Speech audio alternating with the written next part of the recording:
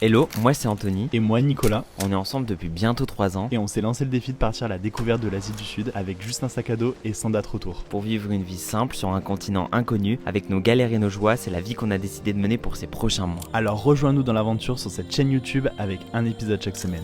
Mais comment on se retrouve? J'avais l'impression que ça faisait longtemps qu'on s'était pas vu. On est reparti pour une nouvelle semaine de Weekly Vlog pour vous repartager nos aventures, nos péripéties. Ce matin on était en mode chill, super tranquille, on s'est levé quand même assez tôt. On est parti de la guest house là où on est vers 9h30. On a pris un Gojek. Le Gojek nous a emmené à Tegalalang, donc c'est les terrasses de rizières. C'est vraiment sublime, c'est vraiment très très beau. Et je pense qu'on va faire quelques photos ici et quelques plans de drone aussi. Concentré. Pour vous donner des belles images.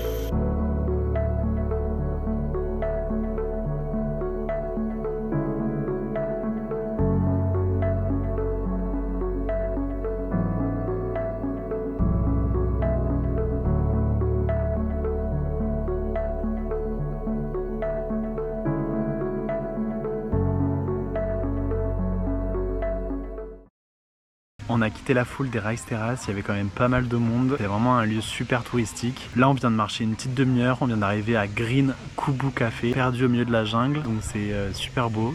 Il y a des petits lacs, toujours avec cet esprit rizière, donc en escalier, avec des petits nénuphars, c'est super paisible, il y a une petite musique d'ambiance. Donc moi j'ai pris un cocktail à l'orange et Anto un iced tea au litchi. Là on attend nos plats, je pense qu'on va se régaler.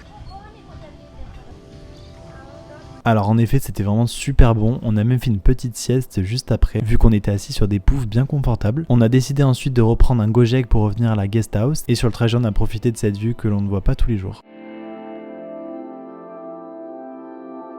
À côté de notre guest house qui est juste là, on a des rizières à perte de vue.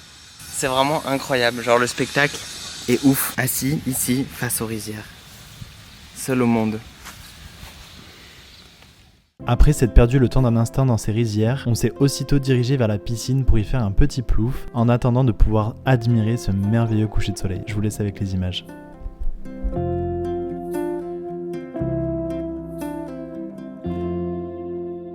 Après l'activité, la détente, vient l'heure du souper. On n'avait pas bien faim vu ce qu'on avait mangé à midi. Du coup ce soir on a pris un plat pour deux avec quelques fruits, accompagné de tous ces bruits d'animaux du soir qui rôdaient autour de nous au cas où on laissait tomber un grain de riz.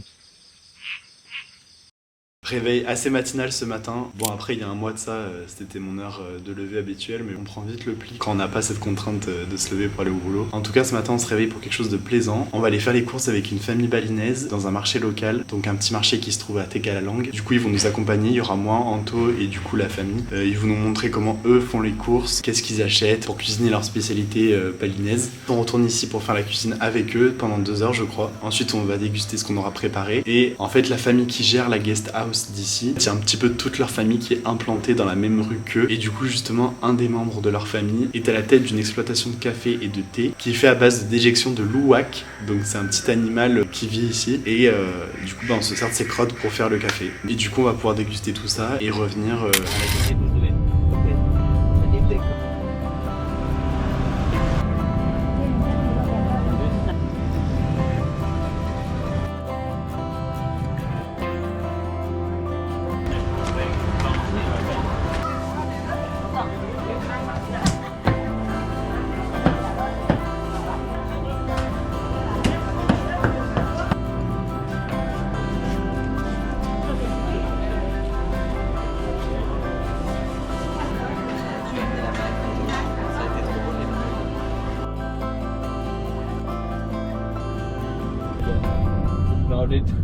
de rentrée du marché, c'était vraiment une bonne expérience. En fait ici il faut savoir que les balinais se lèvent vers les 5-6 heures du matin et se couchent vers les 21h, 22h environ. Et du coup le marché local commence vers les 6 heures du matin. À 7h le marché atteint son pic, là où il y a le plus de monde. Et du coup nous on est arrivé vers les 8h environ, ce qui nous a quand même permis de faire le marché uniquement avec des locaux. Il y avait vraiment aucun touriste. On a pu également profiter du coup des prix locaux, du coup parce qu'on était aussi un petit peu accompagnés. Et il faut dire que nos courses nous sont revenues à 3 francs 6 sous comme on dit. Ce qui est cool aussi c'est que les fruits et légumes qu'on retrouvait sur le marché n'étaient pas forcément ceux qu'on retrouvait du coup sur les marchés français. Il a pu nous expliquer d'où ça venait et comment les choisir. On était vraiment au cœur du truc, quoi. En fait, c'est vrai, Nico a raison. Ce qui était le plus intéressant dans tout ça, c'était d'être avec eux, de faire les choses qu'ils font eux. Notre style de voyage, celui qu'on préfère en tout cas, c'est vraiment être en plein cœur de la culture locale, là où on est, de faire les choses qu'ils font, de voir les choses qu'ils voient, de vivre les choses qu'ils vivent aussi d'une certaine façon, toujours un petit peu par procuration. Et là, pour le coup, il n'y avait vraiment aucun touriste. On était les seuls bulays, comme ils disent ici, les seuls étrangers. C'était vraiment une expérience typique et atypique, du coup atypique pour nous et typique pour ici. Il y avait de tout, c'était un marché alimentaire qui coupait le poulet à même la table, enfin bref. Ça c'était vraiment genre what the fuck. Disons que les normes d'hygiène ici sont pas tout à fait les mêmes et heureusement que le poulet est cuit et qu'il perd du coup toutes les bactéries à la cuisson, mais c'est vrai que bon, c'est un autre pays, ce sont d'autres coutumes, ce sont d'autres façons de faire et on s'y adapte très bien, on n'a pas eu trop de mal jusqu'ici donc voilà. Inside here, we have the luwak coffee. That's the coffee from the animal poo. So first, we're gonna see the process on that. Yeah, this is the one, the Arabica coffee. Yeah, it's basically like two different kind coffee here. This is the one, the Arabica. Yeah, it's small lip. The one that bigger lip right there, it's Robusta. The Arabica, the taste is like more sour. Robusta is like bitter. Our coffee machine, espresso coffee maker. So these animals, there was like family, like a possum or mongoose. Yeah. Family with the coffee bean, yeah, in there. We are roasting the bean like that. It's like grinding like this. The last process is like filter it here. We do sifting, and then we can get like the coffee powder ready.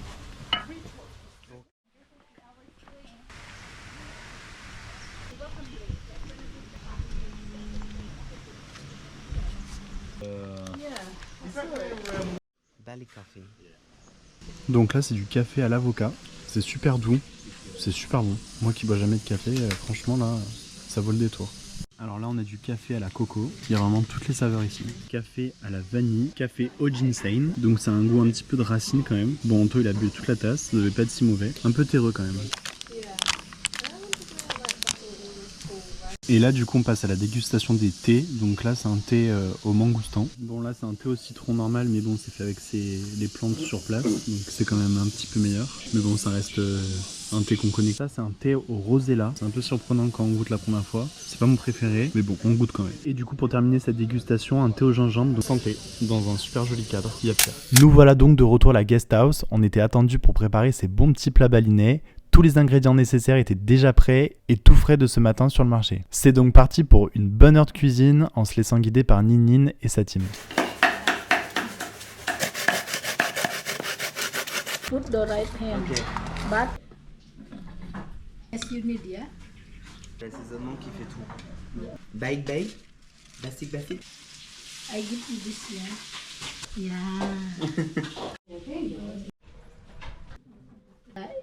Yeah, this is a piece, yeah. With the... Au bout d'une heure de cuisine, un peu plus d'une heure je pense, on a une assiette qui est quand même bien chargée. En fait assez facile à faire. Le truc principal de la cuisine balinaise, c'est l'assaisonnement. C'est une assiette complète avec du poisson, de la viande mélangée à la noix de coco. On a des petits beignets au maïs. Une salade avec des haricots, du tempeh et du tofu. Et sur ce, selamat makan. Une fois la dégustation de nos plats terminée, Madé nous a conduits au temple de Tiara Ampul. C'est un temple assez connu sur Bali qui recueille une source d'eau sacrée, l'équivalent d'une eau bénite pour chez nous. Puis finalement, Madé n'a pas fait que nous y amener. Il a ressenti le besoin de faire le rituel avec nous. Il nous a expliqué l'histoire de ces lieux, mais aussi guidé en montrant le processus de ce rituel à suivre. C'est-à-dire porter une offrande, prier pour soi, pour sa famille et ses proches, puis se vêtir du sarong dédié à ce temple, pour enfin une fois dans l'eau mettre sa tête sous chacune de ces fontaines en pensant aux prières réalisées juste avant. Une fois ce rituel terminé, la nuit était déjà bien tombée, il est l'heure de se sécher et rentrer faire un bon dodo. Tout commence la veille où on prend le cours de cuisine avec la femme de Madé, qui est donc l'hôte qui nous reçoit dans la guest house. Donc on fait notre cours de cuisine, comme vous avez pu le voir. Tout se passe très bien et on sympathise vraiment avec Ninine, qui est du coup la femme de Madé. Et parle extrêmement bien anglais, on arrive à se comprendre super facilement, donc forcément la discussion est facile. Et en fait, à la fin du cours de cuisine, elle nous dit « Ah bah écoutez, j'ai mon... » Et c'est quoi ? Son filleul. Ouais, je crois, ouais. Le cousin de son fils. Ça fait penser à un sketch. Et du coup, le cousin de son fils Mais non, c'est pas possible. Bref, un membre de sa famille relativement proche qui se marie et c'est le moment de craquer. Cette journée a été longue. Et donc Ninine nous dit que un membre de sa famille très proche va bientôt se marier et qu'elle nous invite à assister à la cérémonie du mariage. Déjà sur le moment on est extrêmement honorés, on sait pas trop où se mettre et tout, on lui dit mais comment il faut être habillé, qu'est-ce qu'il faut apporter, etc. machin, parce que c'est un mariage tu vois, genre tu y vas pas comme ça en claquettes chaussettes. Donc du coup elle nous explique qu'il faut s'habiller en sarong, donc l'habit traditionnel balinais, mais qu'il n'y a pas de souci, que son mari allait nous prêter et nous habiller, nous apprêter, et que au niveau du cadeau, si on amenait un petit peu d'argent et qu'on le mettait dans l'urne en entrant, ça ferait totalement l'affaire. Donc on a assisté entièrement à la cérémonie, du début à la fin. Les mariés ont voulu prendre des photos avec nous, avec leur photographe officiel. Tout le monde nous a dit bonjour, les gens étaient d'une gentillesse monstrueuse, vraiment, c'était vraiment quelque chose. Et en fait du coup pendant toute la cérémonie, les mariés passent par des genres de passages. C'est vraiment hyper atypique comme genre de cérémonie pour nous qui avons l'habitude de quelque chose d'assez traditionnel européen, français, catholique quoi. Alors que là c'était vraiment une cérémonie 100% hindouiste. C'était extrêmement intéressant et on était juste hyper honorés et on se sentait super chanceux de pouvoir participer à quelque chose d'aussi important dans la vie des gens. Et eux ils étaient tellement contents de nous avoir et nous on était tellement contents d'être avec eux. Donc franchement une expérience de ouf. Donc le mariage avance, etc. machin tout ça. Et en fait là Madé, notre hôte, donc celui qui est venu avec nous, qui nous a accompagnés, qui nous a tout expliqué, ce que je suis en train de vous dire, et ben il joue de la musique religieuse dans les cérémonies religieuses, à côté des activités de tourisme, etc. Et du coup, il nous dit vers la fin de la cérémonie du mariage, et ben en fait cet après-midi, j'ai aussi une autre cérémonie, un autre type de cérémonie religieuse, où je vais aller jouer de la musique. Est-ce que ça vous dit de venir avec moi? C'est une cérémonie de crémation, c'est ça hein? Cremation ceremony. Ici c'est totalement différent et du coup il nous a aussi invités à venir à cette cérémonie et en fait on était juste ravis de pouvoir être encore une fois en plein cœur de la culture balinaise. Nous c'est vraiment ça qu'on recherche. Alors petite interlude avant de vous expliquer la suite de cette journée. Une fois que la cérémonie s'est terminée, Madé a voulu nous faire découvrir une de ses cascades préférées du coin. On s'est retrouvés sans transition en plein milieu de la jungle, direction cette waterfall. Alors c'était notre première waterfall de l'île et c'était vraiment un moment super agréable à partager ensemble.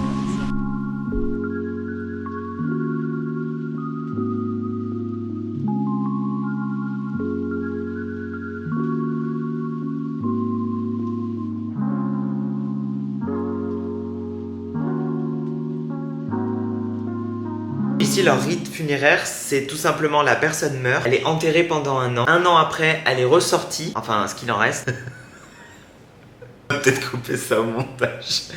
Et du coup, à ce moment-là, se passe la cérémonie crématoire qui dure au moins 4 jours. Ils font quoi descendre? Bah nous ne saurons pas le fin mot de cette histoire. Ils étaient tellement accueillants et c'était vraiment un moment chaleureux et un moment de partage avec eux. Ça va rester gravé dans nos mémoires, je pense. On vivra pas 2 fois ce genre de choses dans notre vie.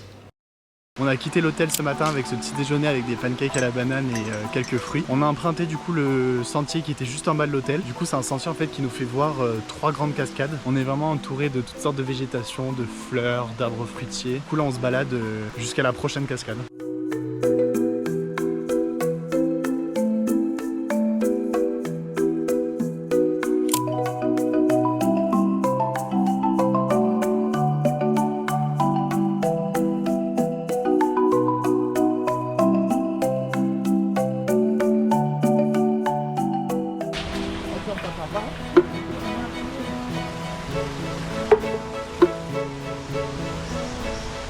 Ce qui est cool avec Bali, c'est que tu passes de la plage à la montagne, aux terrasses de riz. Tu vois tellement de paysages en seulement que quelques kilomètres. C'est vraiment impressionnant et c'est super agréable.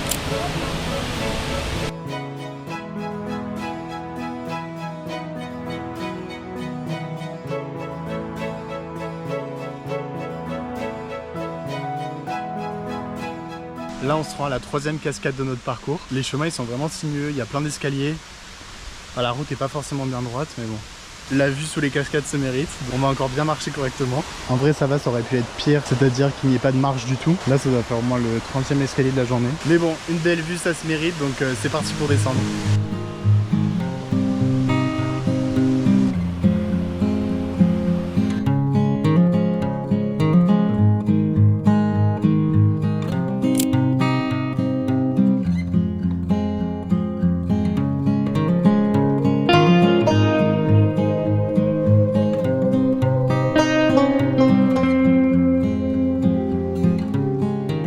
Ça doit doit bien faire 3 ans qu'on n'a pas fait trop d'activité physique, mais en tout cas là depuis qu'on arrive à Bali, tous les jours c'est une activité différente et puis on prend pas tout le temps les transports pour nos activités, donc du coup on marche beaucoup et ça nous change bien. Disons que ça nous fait brûler pas mal de calories on va dire, mais bon ça fait du bien.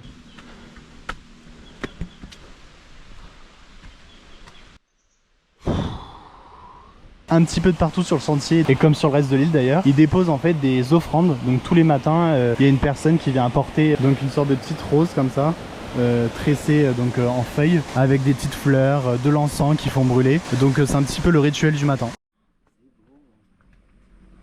Finalement il y a une 4e cascade et pas des moindres, c'est la plus difficile d'accès. Là on a vraiment croisé personne, elle est vraiment tout en bas du sentier. Là on est à peu près à environ 3 heures de marche et on arrive tout juste à la dernière cascade, du coup à la 4e cascade. Si un jour vous comptez visiter ces cascades, il faut compter au moins une bonne petite demi-journée pour faire cette activité.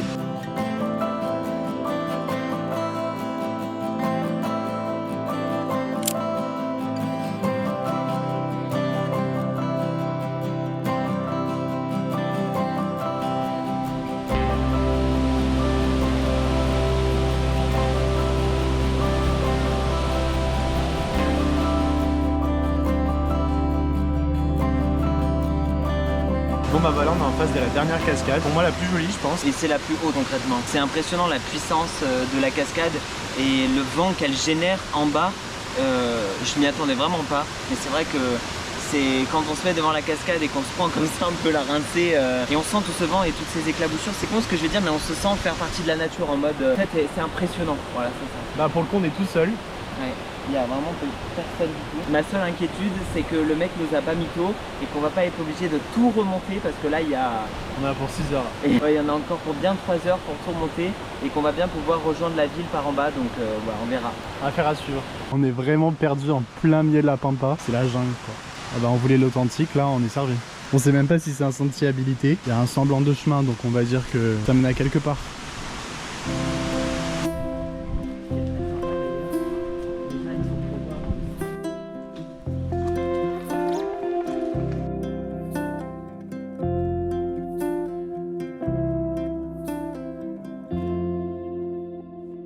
Après cette chouette balade mais très fatigante, bah forcément on avait la dalle. Donc on s'est rendu dans ce petit restaurant panoramique qui était vraiment extrêmement mignon avec une vue à couper le souffle. Et une fois bien restauré avec nos petits corps endoloris, nous nous sommes rendus dans des thermes. Le lieu ici s'appelle Banjar Hot Spring. C'est donc des thermes à base d'eau soufrée, donc avec du soufre. Côté bienfait, moi j'en ai retenu 3.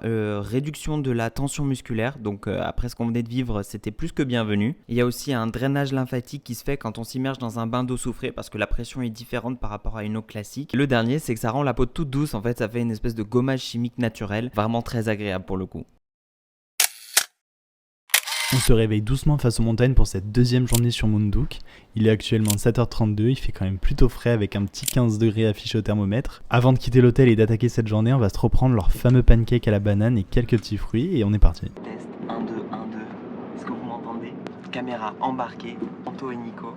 Donc là du coup, on était à Munduk pour ces 2 derniers jours et on est en train de se diriger sur la côte nord de l'île vers le village de Lovina. Alors Lovina c'est à 12 km d'ici et on en a pour au moins 2 heures de route. Je crois qu'à chaque fois qu'on a fait un vlog, il s'est plaint de la longueur et de la difficulté des transports ici. En fait ce que je trouve incroyable c'est qu'entre 2 points il n'y a pas forcément beaucoup de kilomètres, mais on met énormément de temps à se déplacer et oui je crois que je le radote un peu. C'est clair qu'en fait il faut vraiment faire reset de tout ce qu'on sait par rapport au transport. Nous on a l'habitude de l'autoroute, des voies rapides, des routes qui sont larges et qui sont avec un trafic qui est relativement fluide. Ici les routes sont très étroites, tout le monde s'arrête en plein milieu de la route, il y a des scooters, des voitures, il y en a partout, tout le temps. Et c'est vrai qu'en fait je crois qu'ils dépassent jamais, enfin rarement en tout cas, les 50 km/h. Donc c'est vrai que forcément 50 km/h sur 30 km, ça fait vite 2 heures de trajet quoi. Mais bon je tiens quand même à dire que sur l'ensemble des trajets qu'on fait, il y a énormément de beaux paysages. Là actuellement vu qu'on est dans les hauteurs etc, il y a beaucoup de forêts, de rizières. C'est des paysages assez changeants donc c'est cool. Du vert partout. Et nous voilà arrivés dans notre nouveau logement, Guédé Homestay. Alors cette fois-ci on a décidé de se poser 5 jours 4 nuits, histoire de profiter un petit peu du bord de mer et de recharger les batteries, puisque la guest house se situe dans un quartier de pêcheurs, tout proche de Lovina, sans avoir cette frénésie du centre-ville et surtout qui nous permet d'être seuls au monde avec les locaux, et ça a vraiment pas de prix. On a à peine déposé nos affaires qu'on a décidé de se rendre au restaurant. Ce lieu est directement lié à notre hôtel, on peut venir y manger à n'importe quelle heure de la journée. En plus sur la carte on a vu qu'il y avait de la nourriture européenne, donc on s'est laissé tenter tous les deux par prendre un petit burger avec un smoothie de fruits frais pressés, le tout face à l'océan Indien. Que demander de plus?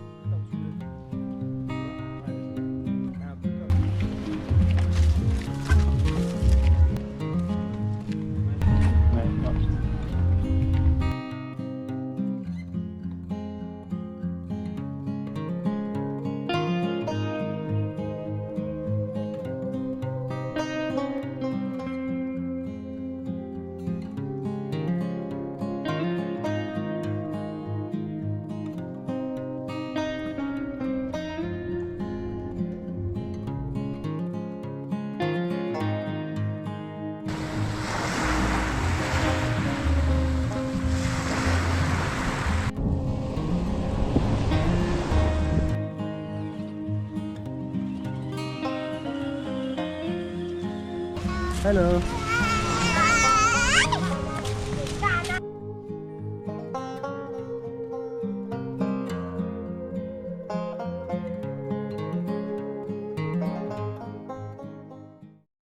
Samedi 23 septembre. Ça fait quasiment 20 jours qu'on est parti.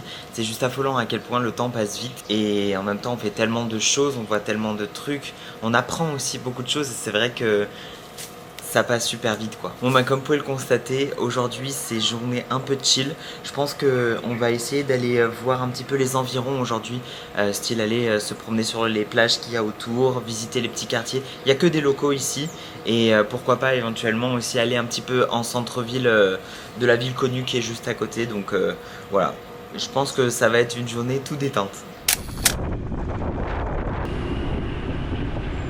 On s'est déplacé dans le centre-ville de Lovina pour venir rejoindre un pote qu'on n'avait pas vu depuis la France. J'ai nommé Ronald McDonald. Oh, j'ai honte. Es-tu heureux de venir déguster le capitalisme? J'ai un petit peu honte quand même. Bon, en même temps, en fait, on était en centre-ville et le restaurant était juste à côté. Donc on s'est dit qu'on allait venir taper un croc et surtout découvrir la carte indonésienne puisqu'elle est différente en fonction de chaque pays. Donc bah voilà, c'est parti. Testons cette spécialité du McDo indonésien. C'est donc des frites classiques de chez McDo avec une sauce fromagère. C'est quoi? C'est de l'ail. De l'ail. Et il y a d'autres herbes. Du persil. Et du persil. C'est bon. On sent le spicy de l'ail un peu à la fin.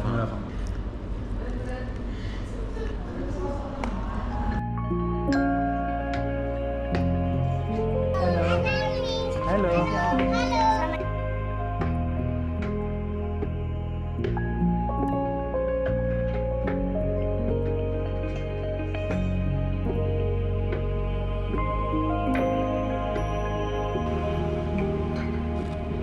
Évidemment, il faut que je vous raconte une petite story time.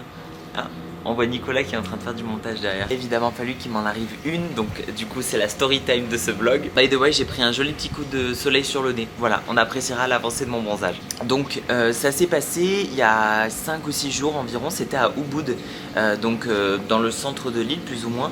Et on était donc dans la forêt des singes, on est remonté et en fait on n'avait plus beaucoup de cash avec Nico, donc on a décidé de s'arrêter à un ATM. Un ATM c'est genre un distributeur de billets quoi. Et donc on s'arrête à un ATM et en fait on faisait un petit peu la queue parce qu'il y avait forcément des gens devant nous. On rentre dans la cabine, puisqu'ici c'est des sortes de cabines climatisées avec le distributeur à l'intérieur. Et comme on est deux, et Nico retire son argent en premier et récupère son argent. Et moi du coup je fais la même chose, je rentre ma carte, mon code, tout ça machin. Et il y avait des gens qui attendaient derrière nous. D'ailleurs, une espèce de français pressé comme jamais. Je pense qu'à mon avis, lui, il avait vraiment pas compris le mood d'ici où tout le monde est super calme et détendu. Lui, il était tendu du string. Bref, il m'a gavé. Passons. Et donc, du coup, je retire mon argent. Et comme l'autre me pressait le citron derrière, j'ai pris mon argent et je suis vite sorti de la cabine. Et en fait, je me suis rendu compte le lendemain ou le surlendemain que j'avais oublié ma carte bleue en fait dans le distributeur, parce que ce qu'il faut savoir ici c'est que les distributeurs ne font pas de bruit. En France tu laisses ta carte bleue, l'automate fait bibi bibi, tu vois, enfin au moins il te dit attention, genre t'as oublié ta carte potentiellement. Là, pas de bruit du tout, donc le cash sort, je prends le cash, je m'en vais et je laisse la Fortunéo dans le distributeur. Et ce qui est un petit peu chiant dans cette histoire, c'est que la Fortunéo, c'est celle qui me permet de retirer sans frais. Donc du coup là c'est un petit peu compliqué. Alors évidemment j'ai fait opposition, tout ça machin, aucun problème, pas de retrait suspect ou quoi que ce soit. Mais juste forcément en faisant opposition, du coup ça refabrique une nouvelle carte qui est envoyée où? À Montpellier, en France. Là où ma famille ne vit pas du tout. Voilà, donc c'est super. Mais bon voilà, heureusement qu'on est venu avec 2 cartes bleues, une carte française et une carte en ligne, parce que au moins si on perd l'une des deux, qu'on se fait voler l'une des deux, que l'une des deux se fait pirater, on sait jamais. Mais au moins en fait on en a une de secours qui peut nous aider, et ça c'est juste indispensable je pense. Bon, il est 8h30, là je viens de me mettre en maillot de bain, Nico est en train de se préparer aussi dans la salle de bain.